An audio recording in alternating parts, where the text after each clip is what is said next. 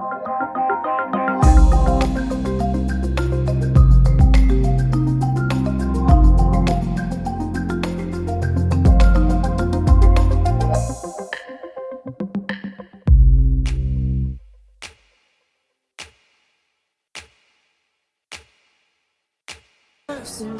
everybody. Welcome. My name is Mike Shields. Welcome to Next in Media. This is part of my special deep dive into the YouTube universe, special by View Planner. I'm here with Cat Chappell. Cat, tell us your title, who you are. So I am Head of Platforms and Investment at Mediahub.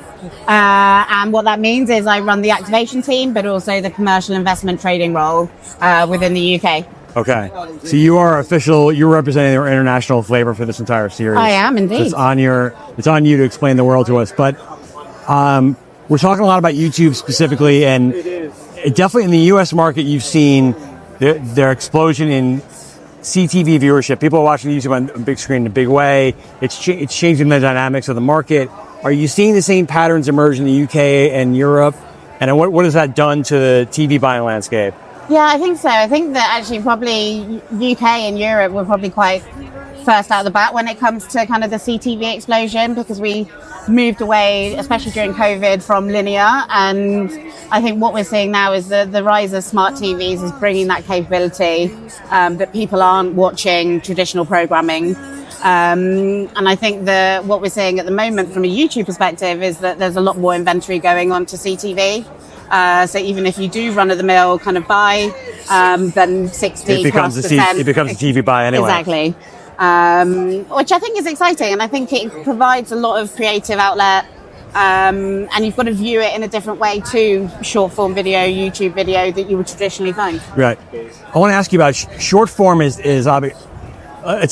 CTV has exploded, and YouTube has become a big part of CTV. But then you have the short form phenomenon, which is largely mobile, but I think it's coming to television.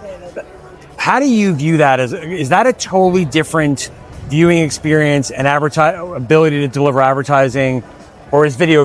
I guess that's Okay, I think there's two parts to it. I think the first part is that, yes, there's a role for both short-term and long-form video.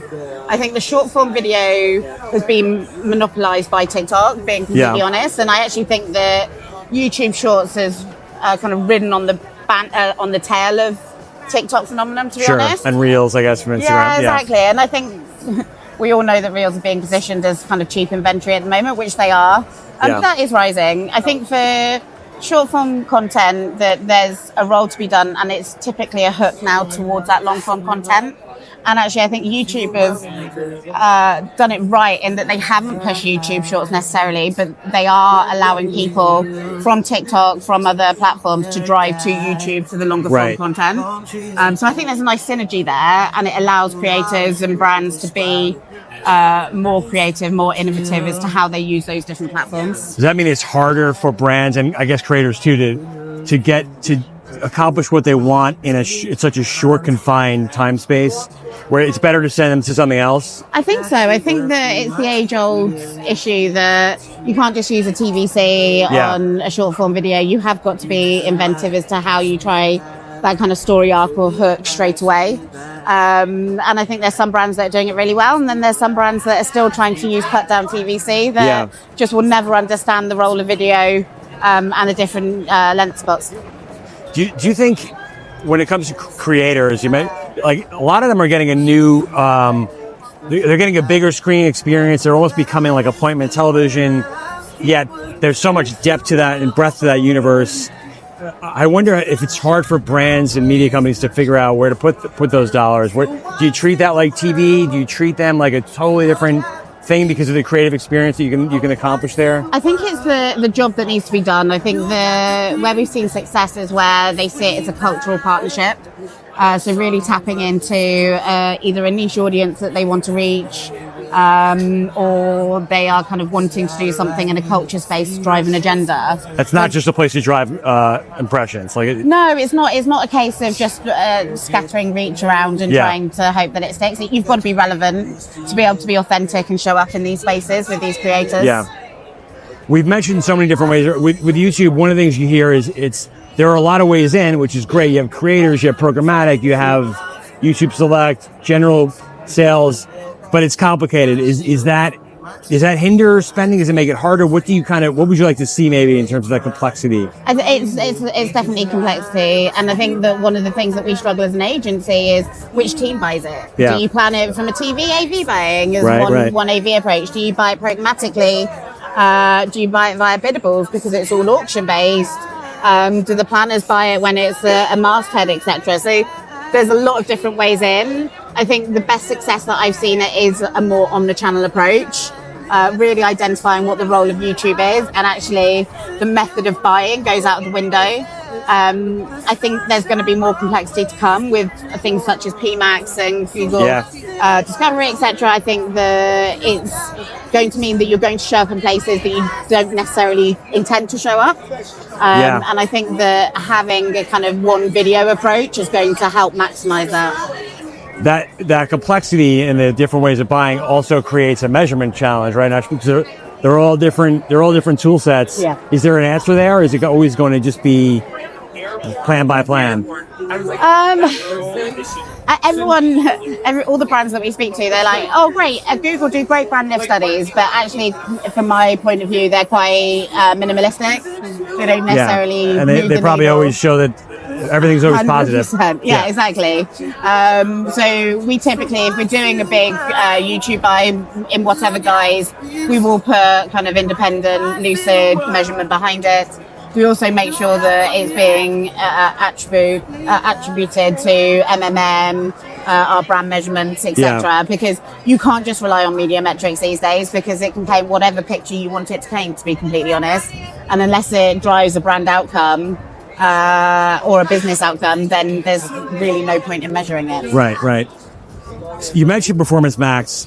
That's part of a bigger trend. Everyone's talking about AI left and right.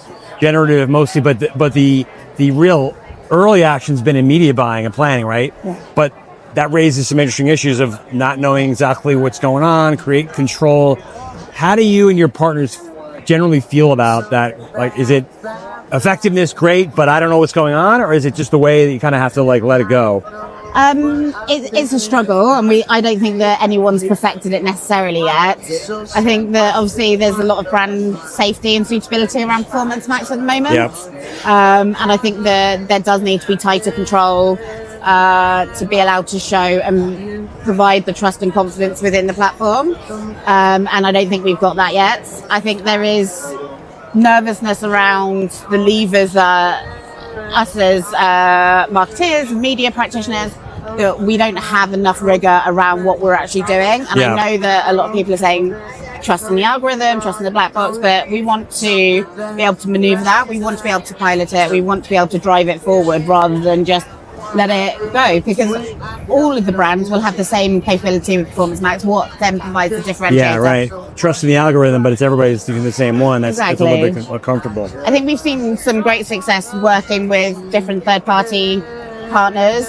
You've got your Channel Factory, your Silverfish, CVs, etc., where they're looking not necessarily at Performance Max, but it's the capability of being more contextually relevant, being more granular, not necessarily down to just a video ID level, but making sure that it's truly relevant. Because I think half the issue is that a lot of things are being taken away from us. We've just found out that dynamic lineups for kids targeting is being depreciated.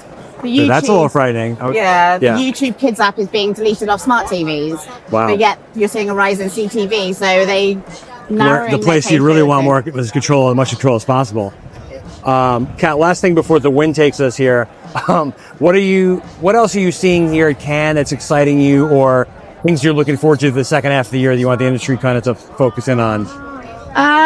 I think for me, it's how do brands show up more authentically and have more relevant conversations with their consumers, because I think that we've been through the revolution of personalization, DCO, etc., one-to-one comms, and actually I don't think consumers are wanting that bespoke granularity necessarily, but they want brands to show up in an authentic way. So it goes back to the relevancy point, making sure that you've got a rhyme or reason to appear where you're appearing, and making sure that your creative is linking back to that.